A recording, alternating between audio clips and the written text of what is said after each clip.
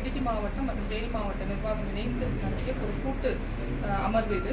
So இதில் பல்வேறு துறைகள்ல இருந்து அதிகாரிகள் வந்திருந்தாங்க. ஸோ என்னென்ன முன்னேற்பாடுகள் செய்யணும் இந்த திருவிழா சிறப்பாக நடைபெறுவதற்கு அப்படின்றத பற்றி விரிவாக விவாதிக்கப்பட்டது. கடந்த ஆண்டு எடுத்த முன்னேற்பாடுகள் அன்னைக்கு இது திருவிழா நடந்த அன்னைக்கு எடுக்க வேண்டிய ஏற்பாடுகள் இது எல்லாமே கடந்த ஆண்டை விட இந்த ஆண்டு சிறப்பாக செய்யணும்னு சொல்லிட்டு கூடுதலாக சில முயற்சிகள் எடுத்திருக்கோம். ஒன்று என்னன்னா, நமக்கு இந்த வருஷம் உங்களுக்கு எல்லாருக்குமே தெரியும் தேர்தல் நேரம். ஸோ அந்த தேர்தல் நேரம் சேர்த்து அதிகப்படியாக ஒரு சூடு இருக்கு. நமக்கு வந்து மழை இல்லை. இந்த கடந்த ஒரு 15-20 நாட்களாகவே நமக்கு வந்து மழைகள் எதுவுமே இல்லை. தண்ணீர் பற்றாக்குறையும் இருக்கு. ஸோ இந்த நேரங்களில் வந்து நம்ம மேலே பில்கிரிம்ஸ் போகும்பொழுது அவங்களுக்கு ஹீட் ஸ்ட்ரோக் எதுவும் வரக்கூடாது. ஸோ இந்த மாதிரியான நம்ம முன்கருத்தல்கள் எடுக்கணும் அப்படின்றதுனால இவங்களுக்கு கூடுதலாக தண்ணீர், அது போக வந்து ஏற்கனவே நம்ம ட்ரஸ்டீஸ் வந்து உணவு ஏற்பாடுகள்லாம் பண்ணிட்டு இருந்தாங்க. கடந்த ஆண்டு நம்ம அரசு மாவட்ட நிர்வாகம் சார்பிலையும் இவங்களுக்கு உணவுகள் ஏற்பாடு பண்ணியிருந்தோம். இந்த ஆண்டு கூடுதலாக வரக்கூடிய பக்தர்களுக்கு உணவு போன்ற ஏற்பாடுகள் வந்து மாவட்ட நிர்வாகம் சார்பிலையும் வந்து ஏற்பாடு செய்யறதா இருக்கும்.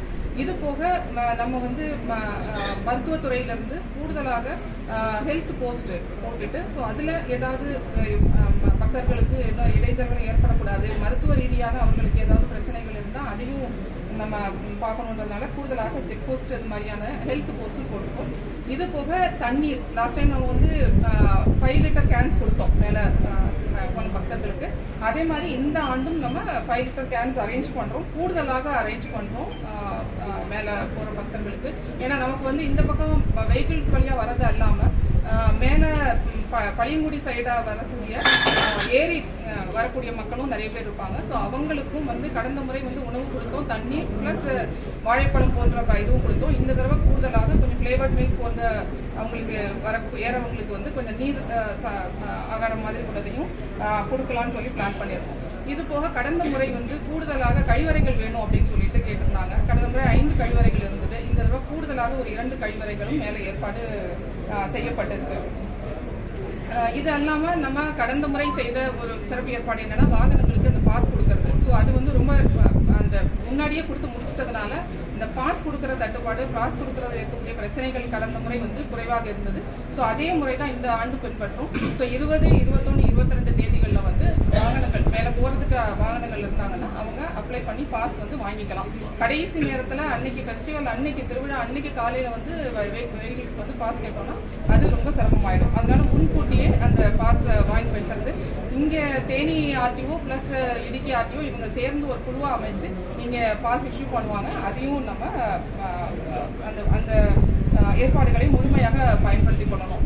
இன்னொரு விஷயம் பஸ் ஃபெசிலிட்டிஸ். ஸோ நம்ம இங்கே பக்தர்கள் முடிச்சு வரும்பொழுதும் இல்லை உள்ள வரும்பொழுதும் கூடுதலாக பஸ் அரேஞ்ச்மெண்ட்ஸ் இந்த வருஷம் பண்றோம்.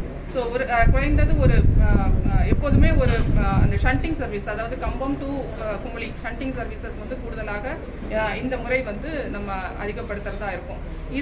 இது அல்லாம எப்பொழுதும் கடந்த முறை அல்ல அதுக்கு முன்னாடி இருந்தது மாதிரி இது இந்த டெம்பிள் அமைந்திருக்கக்கூடியது வந்து நமக்கு எல்லாமே தெரியும் வனப்பகுதி.